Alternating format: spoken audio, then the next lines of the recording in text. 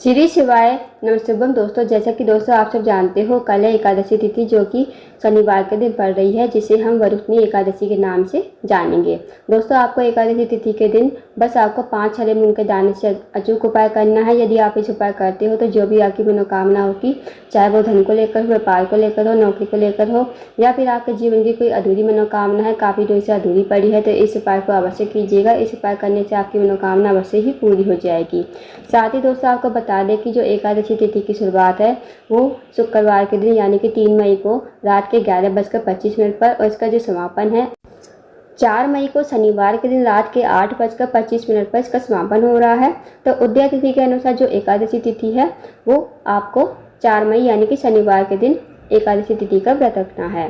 तो दोस्तों पूज्य गुरु जी की कथा को सुनकर उपाय को अच्छे से समझाने का प्रयास करें। तो आइए दोस्तों जानते हैं उपाय कैसे करना है। दोस्तों पहला जो उपाय है वो है मनोकामना पूर्ति के लिए। यदि आपकी कोई मनोकामना है काफ़ी दिनों से अधूरी पड़ी है तो इस उपाय को अवश्य कीजिए। अब चाहे आपकी मनोकामना धन को लेकर हो, व्यापार को लेकर हो, नौकरी को लेकर हो, या फिर आपके जीवन की कोई अधूरी मनोकामना काफ़ी दिनों से अधूरी पड़ी है तो इस उपाय को अवश्य कीजिएगा। इस उपाय करने के लिए आपको लेने हैं 5 हरे मूंग के दाने, साथ ही आपको लेनी है 1 बेलपत्र। अब जो आप बेलपत्र लोगे और 5 हरे मूंग के दाने लोगे, आपको देख लेने हैं, खंडित नहीं होने चाहिए, ना ही बेलपत्र कटा फटा होना चाहिए। इस बात का ध्यान रखें। साथ ही दोस्तों आपको लेना है 1 लोटा जल तांबे के पात्र में। अब आप इस उपाय को सुबह से लेकर शाम तक कभी भी कर सकते हो। अब आप चले जाइए शिव जी के मंदिर में। शिव जी के मंदिर में जाकर सबसे पहले आपको 1 लोटा जल शिवलिंग के ऊपर श्री शिवाय नमस्तुभ्यम कहते हुए समर्पित कर देना है। उसके बाद दोस्तों जो आपके पास 5 हरे मूंग के दाने हैं ना, 5 हरे मूंग के दाने आपको जो माता सुंदरी के स्थान होता है, जलाधारी के बीचों बीच में मोटी सी लाइन बनी होती है नाग देवता की तरह, तो वहाँ पर आपको 5 हरे मूंग के दाने समर्पित कर देने हैं श्री शिवाय नमस्तुभ्यम कहते हुए। अब जो आपके पास एक बेलपत्र है वो बेलपत्र भी आपको माता सुंदरी के स्थान पर ही समर्पित कर देना है श्री शिवाय नमस्तुभ्यम कहते हुए। अब जो बेलपत्र की डंडी का मुख होगा वो आपको जलाधारी की तरफ करना है, जहाँ से जल नीचे बहकर गिरता है, और पत्ती का मुख आपको शिवलिंग की तरफ करना है। तो इस तरह आपको बेलपत्र समर्पित करना है। उसके बाद आपको वहीं पर बैठकर भगवान से प्रार्थना करनी है कि हे महादेव, मेरी ये मनोकामना है, मेरी मनोकामना पूर्ण नहीं हो रही है, आप कुछ ऐसी कृपा करें कि मेरी मनोकामना पूर्ण हो जाए। बस आपको भगवान को प्रणाम करके विनती करके आपको अपने घर पर आ जाना है। तो दोस्तों इस उपाय को अवश्य कीजिएगा, बहुत ही अचूक इस उपाय है। अब जानते हैं दोस्तों अगले उपाय के बारे में।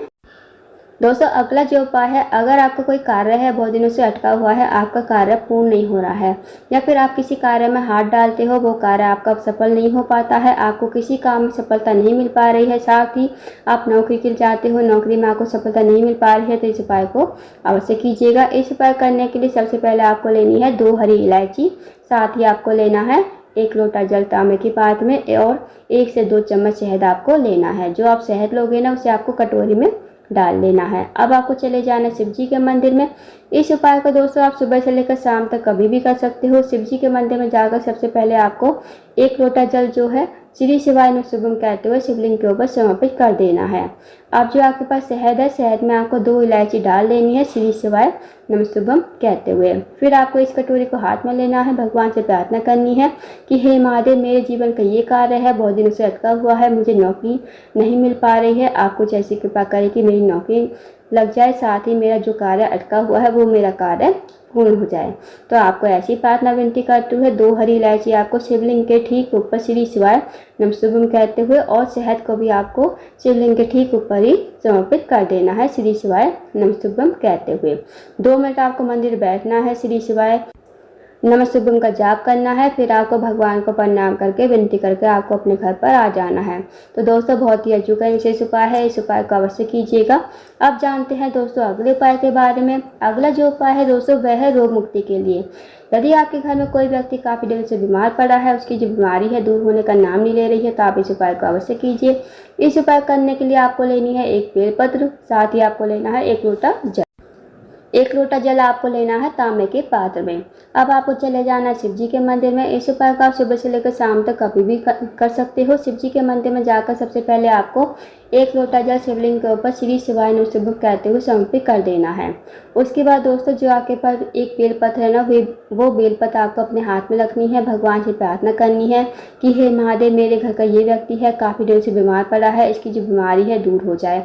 तो आपको उस रोगी व्यक्ति का नाम लेते हुए, गोत्र बोलते हुए, इस बेलपत्र को कुंडकेश्वर महादेव का नाम लेते हुए शिवलिंग के ऊपर समर्पित कर देना है।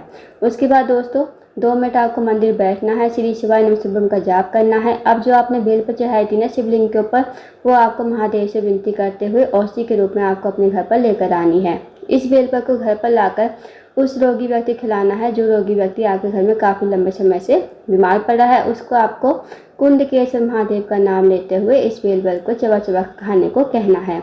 यकीन मानिए दोस्तों, यदि आप इस पर कर लेते हो तो जो भी आपके घर में व्यक्ति रोगी पड़ा है, बीमार पड़ा है, उसकी जो बीमारी है धीरे धीरे ठीक हो जाएगी। तो इस उपाय को भी अवश्य कीजिएगा। आप जानते हैं दोस्तों अगले उपाय के बारे में। अगला जो उपाय है दोस्तों, अगर आपके जीवन में धन की कमी है, पैसों की तंगी या फिर आर्थिक तंगी से बहुत ज़्यादा परेशान हो, आपके घर में पैसा तो आता है पर टिकता नहीं है, आपके घर में पैसा आता है पर पता नहीं चलता है कहाँ चला जाता है, माता लक्ष्मी का आपके घर में वास नहीं है, माता लक्ष्मी आपसे रूठी हुई है, तो इस उपाय को अवश्य कीजिए। इस उपाय करने के लिए सबसे पहले आपको लेना है 1 लोटा जल तांबे के पात्र में। साथ ही आपको लेने हैं दोस्तों 2 कनेर के फूल, जो पीले कलर के फूल होते हैं ना, वो आपको लेने हैं। अब आपको चले जाना शिव जी के मंदिर में। शिव जी के मंदिर में जाकर सबसे पहले आपको 1 लोटा जल शिवलिंग के ऊपर श्री शिवाय नमः शिवाय कहते हुए समर्पित कर देना है। अब जो दोस्तों आपके पास 2 कनेर के फूल है, वो आपको अपने हाथ में रखने हैं। भगवान से प्रार्थना करनी है कि हे महादेव, मेरे जीवन में धन की कमी है, पैसों की तंगी है, आर्थिक तंगी से बहुत ज़्यादा परेशान हूँ, माता लक्ष्मी का हमारे घर वास नहीं है, माता लक्ष्मी हमसे रूठी हुई है। आप कुछ ऐसी कृपा करें कि हमारे जीवन में कभी धन की कमी ना हो, पैसों की तंगी ना हो और माता लक्ष्मी हमारे घर में हमेशा वास करे। तो आपको ऐसी प्रार्थना विनती करते हुए 2 कनेर के फूल आपको शिवलिंग के ठीक ऊपर समर्पित कर देने हैं श्री शिवाय नमः शिवाय कहते हुए। अब आपको 2 मिनट मंदिर बैठना है, श्री शिवाय नमः शिवाय का जाप करना है, फिर आपको भगवान को प्रणाम करके विनती करके आपको अपने घर पर आ जाना है। तो दोस्तों बहुत ही अच्छी और विशेष उपाय है, इस उपाय को अवश्य करके देखिएगा। जो भी आपकी धन की समस्या होगी वो समस्या आपकी दूर हो जाएगी। तो दोस्तों ये थे कुछ विशेष उपाय जो आपको एकादशी तिथि के दिन करने हैं। इन उपाय को अवश्य कीजिए। अगर आपको जानकारी पसंद आई हो, वीडियो को लाइक करें, शेयर करें, चैनल को जरूर सब्सक्राइब करें, कमेंट बॉक्स में श्री शिवाय नमः शिवाय हर हर महादेव जरूर लिखें।